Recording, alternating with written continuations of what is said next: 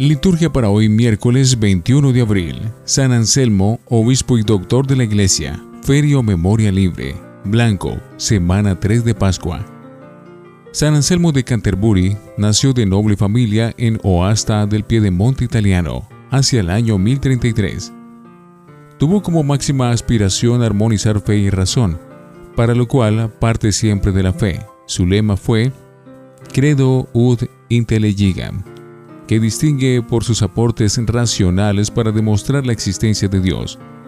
Fue también conocido como Anselmo de Oasta. San Anselmo fue declarado doctor de la Iglesia en 1720, aunque no había sido canonizado.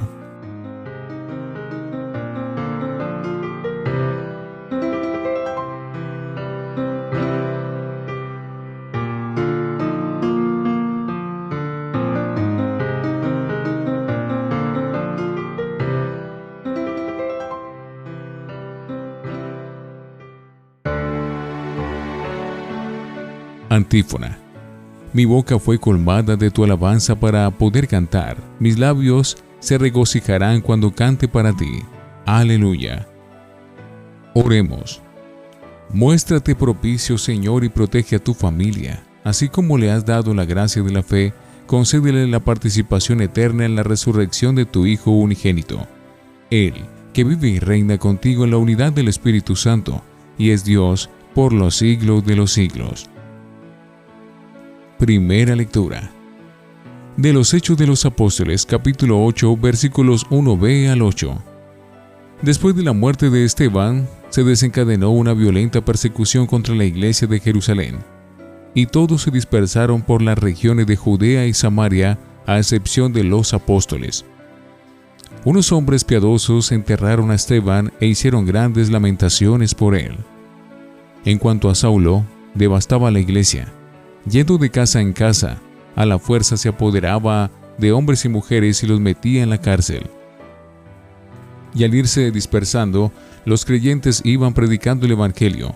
Felipe bajó a la capital de Samaria y empezó a predicarles a Cristo. Todos aún seguían con gran atención lo que decía Felipe, porque oían hablar de los milagros que hacía y los estaban viendo.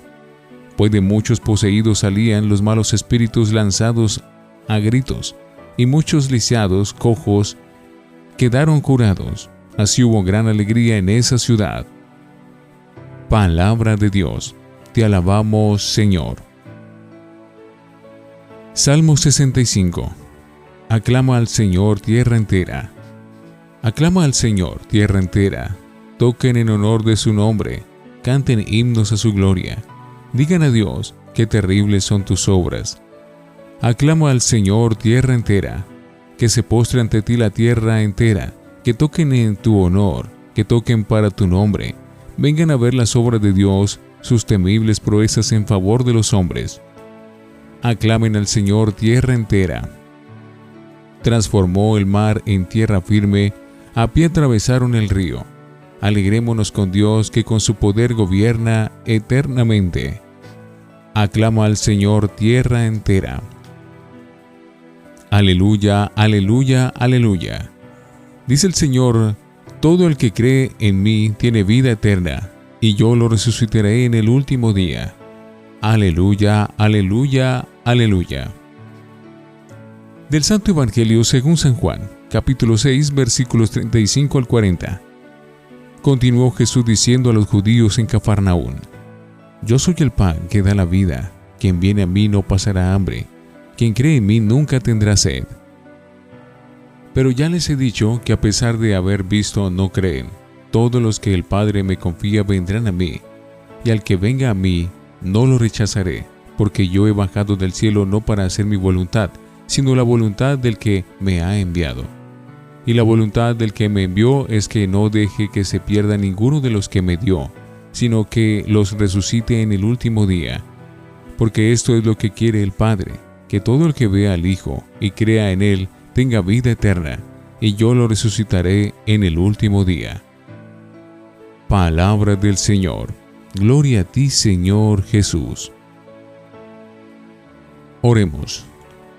Te pedimos nos concedas, Señor, agradecerte siempre estos misterios pascuales, para que la incesante obra de nuestra redención sea para nosotros causa de perpetua alegría. Por Jesucristo nuestro Señor. Antífona. Resucitó el Señor y nos iluminó a nosotros, los redimidos con su sangre. Aleluya. Oración después de la comunión. Escucha, Señor, nuestra oración para que por el sacrosanto intercambio de nuestra redención obtengamos el auxilio para la vida presente y consigamos las alegrías eternas. Por Jesucristo nuestro Señor. Oremos. Ven, Señor, en ayuda de tu familia, y a cuantos hemos recibido el don de la fe, concédenos tener parte en la herencia eterna de tu Hijo resucitado. Amén. Lectura. Los creyentes iban predicando el Evangelio. Hechos 8, 1b al 8. A causa de la persecución, la comunidad se hizo más misionera y la fe en Cristo se empezó a extender por Samaria y más allá.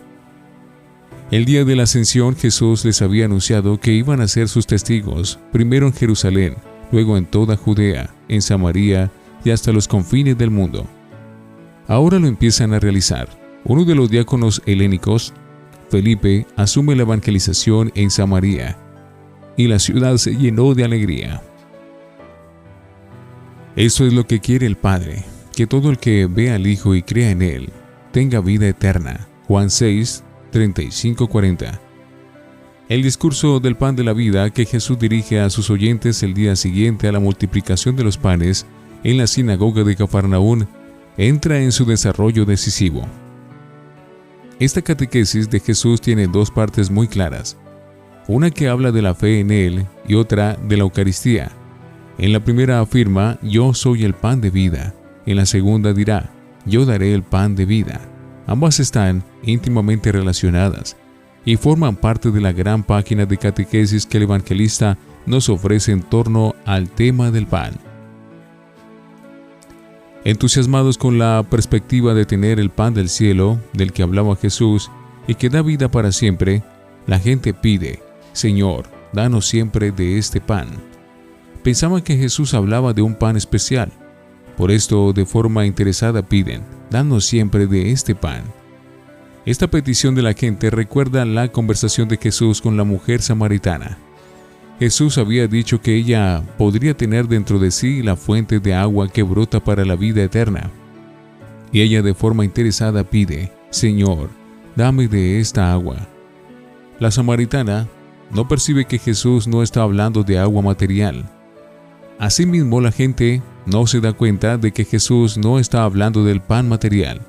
Por eso Jesús responde bien claramente, yo soy el pan de vida, el que venga a mí no tendrá hambre, y el que venga a mí no tendrá nunca sed. Comer el pan del cielo es lo mismo que creer en Jesús. Es creer que Él vino del cielo como revelación del Padre, es aceptar el camino que Él enseñó. Pero la gente, a pesar de estar viendo a Jesús, no cree en Él. Jesús percibe la falta de fe y dice, me han visto y no creen. Hacer la voluntad de aquel que me envió.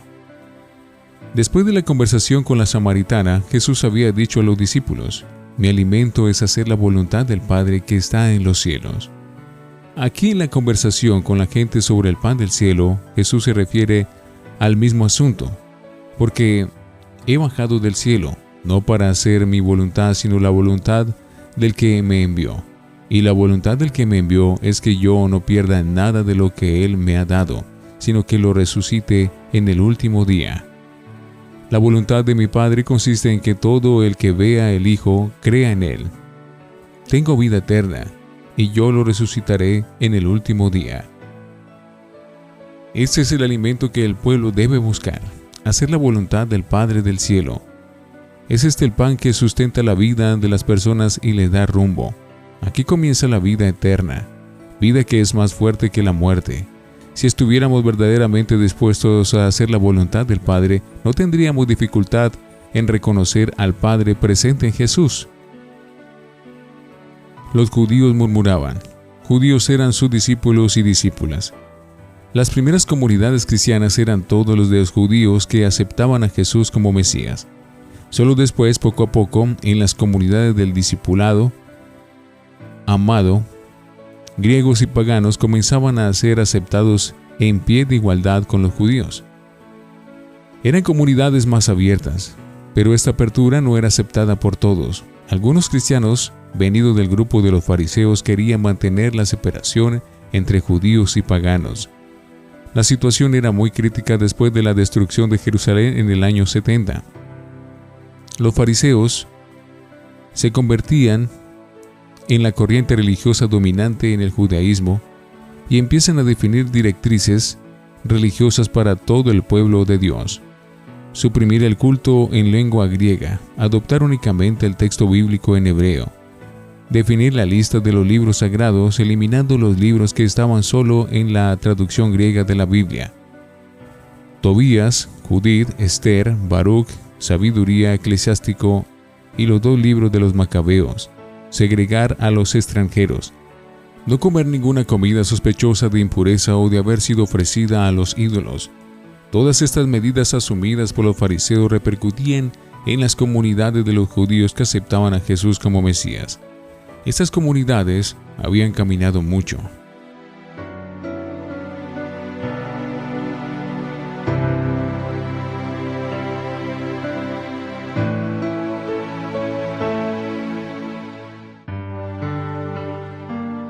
Para meditar.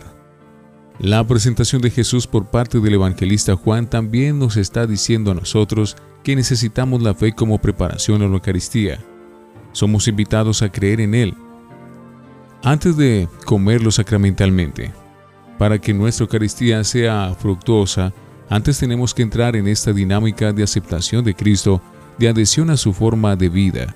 Por eso es muy bueno que en cada misa, antes de tomar parte de la mesa de la Eucaristía, comiendo y viviendo el pan y el vino que Cristo nos ofrece, seamos invitados a recibirlo y a comulgar con Él en la mesa de la palabra, escuchando las lecturas bíblicas y aceptando como criterio de vida lo de Dios.